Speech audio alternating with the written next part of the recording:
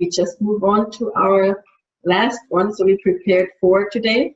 Okay. And this one is about the mirror. Mirror, mirror on the wall. Okay. Okay, 1 second.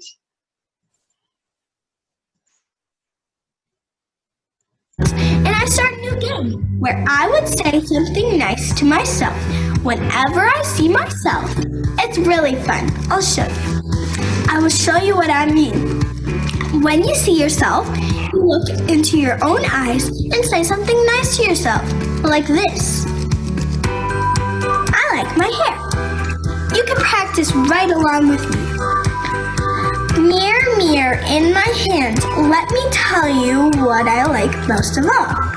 Danica, I like that you have a bun in your hair. Danica, I like that you can run really fast. Danica, I like it that you play with your friends at recess. Danica, I like that you ate food today.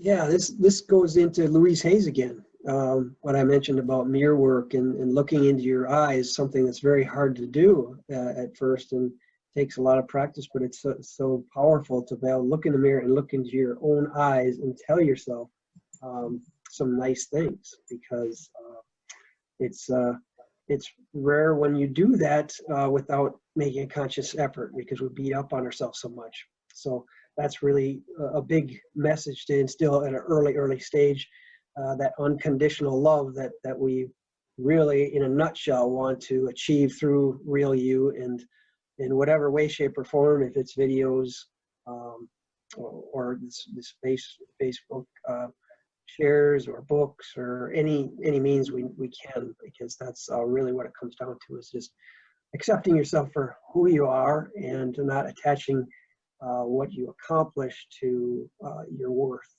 And that's something we all need to remind ourselves of, and the sooner we do that for kids, the better.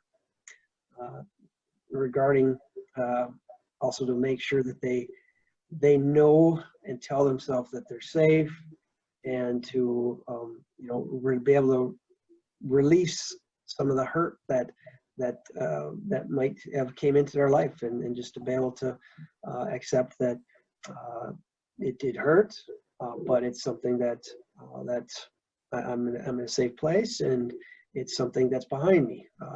Myself, I remind myself, or have to continually do this at this late age, is that I visualize it like I'm in a boat and I'm pointed this direction. Don't look behind. That's good, bad, the ugly, whatever. It's something in the past, and it doesn't do any good to go back there and that's in the wake behind. Just look ahead and look at the sunrise or the beautiful water that's up in front of you, and lean into that. So, and I guess the question I would like to share or ask is, are you showing compassion to yourself? That's something that I think I like to show compassion towards other people, but I ask myself that question because if I'm going to ask you, and I need to work on that. I think I'm still too hard on myself, and need to be able to say, are you talking to yourself like you talk to someone that you care about?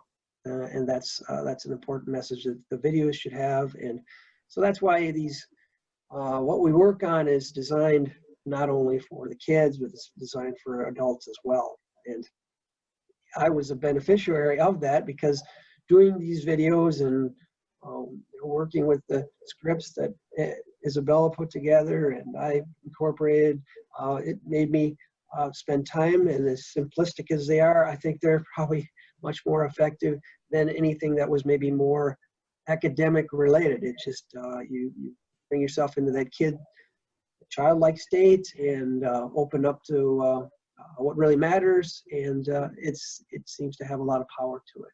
So I guess that's awesome.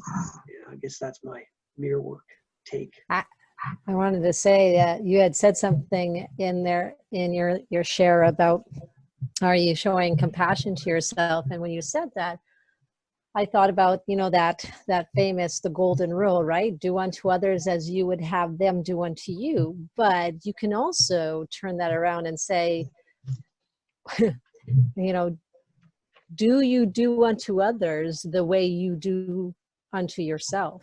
And would you do unto others the way you do unto yourself? And those are some really tough questions to ask, because I would say good 9 out of 10 of us are much nicer to other people than we are to ourselves. Yeah, I agree. And actually, it's funny, and I didn't see it until you started talking. Here's my mirror. I got it as a gift 2 years ago. You still have the bow on it. Yes, because I liked it. I was like, I keep the bow, because I was stealing William's mirror that he used to cut his hair, and then he gave me this mirror because I was journaling, and then there was also, how can you say I love you into the mirror, looking into your own eyes? And I had the hardest time just saying anything nice to myself looking in the mirror. And so even though I don't use it that much anymore, and I probably should again, just say, hey, I love you, Isabella. And you know what you just said, Leanne, it's so powerful, because just put your brain or whatever, or put it in the mirror and say, now talk back to me and you would be my friend, and it's my voice in my head talking. I probably wouldn't have myself as a friend. Right? No, I bet you if you would look at Isabel in the mirror and say, that's not me, that's my best friend, all the things that you say that are critical of yourself would never come out of your mouth. Because you would look at you, Isabel, as your best friend, and you would see all her good qualities. You would see how wonderful she is, and how she's always smiling, and how she's so fun, and how she can sing karaoke and and do a full song in a completely different language and just completely nail it. Like